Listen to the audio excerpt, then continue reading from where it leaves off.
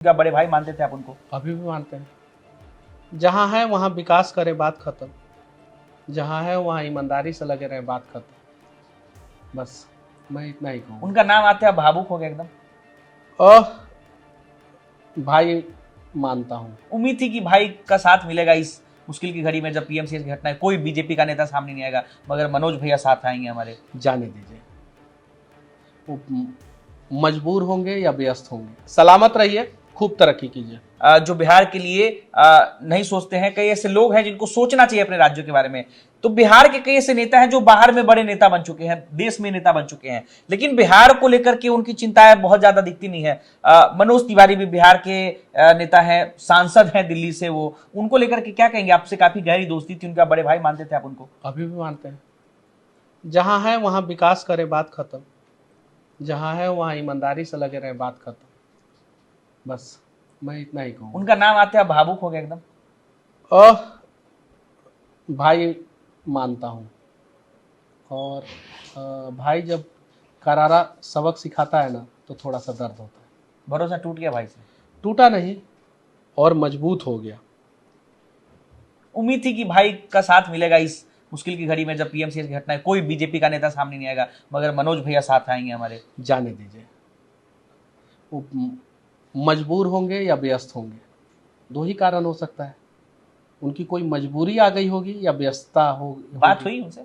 ना। फोन आया?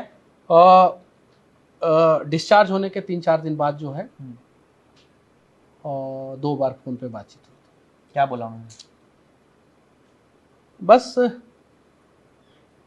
कुछ नहीं, अब जाने दीजिए।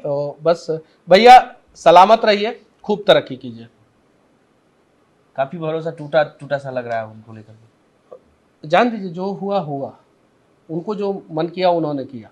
आपने कहा करारा जवाब मिला भाई से, और सिर्फ मनोज भैया को क्यों, मैं संजय भैया को भी यही बात बोलूंगा। मैंने संजय भैया के लिए त्याग किया था। जिस मनीषवा को जो है कुछ लोग महत्वाकांक्षी कहते थे, उसने जो है अपने महत्वाकांक्षा को जो है साइड कर दिया और बोला कि संजय भैया इस बार जीतो तुम, संजय जायसवाल जी। लेकिन मुझे नहीं पता था कि मेरे साथ इस प्रकार से होगा। जिन लोगों के लिए मैंने तन मन धन सब कुछ समर्पित कर दिया, वो लोग मेरे साथ ऐसा करेंगे, मुझे यकीन नहीं था। विधानसभा चुनाव में मनीष कश्यप पलटकर जवाब देंगे? मोदी जी अगर अस्पताल में आ जाएंगे बिहार के, और पटना यूनिवर्सिटी में या बिहार के किसी यूनिवर्सिटी में आ जाएंगे, मैं मोदी जी के साथ रहूंगा। नहीं आएंगे, जम के जो है बिहार की अस्मिता पे सवाल करूंगा, जम के, और लड़ूंगा मैं चुनाव। या तो आप सुधार दीजिए या तो मैं सुधारूंगा। बस। कहाँ से चुनाव लड़ेंगे? चनपटिया से। अकेले किसी पार्टी में जाएंगे? वो समय पे जो है सब कुछ पता चल जाएगा।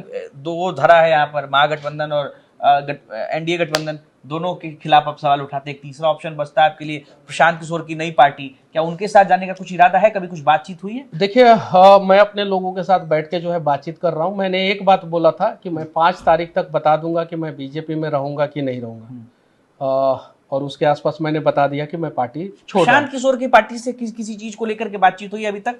नहीं, मेरी सिर्फ और सिर्फ वाईबी गिरी चाचा जी से मुलाकात हुआ था, और उन्होंने भी बाकायदा स्टेटमेंट दिया है। और पार्टी में आने को लेकर के कुछ ऑफर या कुछ ऐसी बातचीत? अभी इस प्रकार की बातचीत नहीं हुई है। बातचीत भी होगी तो वो हमारे लोगों के साथ होगी।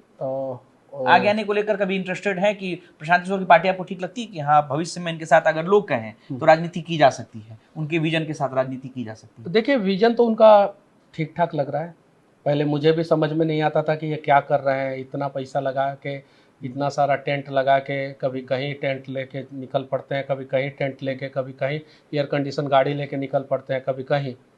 लेकिन बाद में जब मैंने देखा गर्मी के दिनों में भी जो है वो पूरा धूप में जो है पैदल चल रहे हैं, पैदल चल रहे हैं, पैदल चल रहे हैं, तो विजन तो ठीक ही है।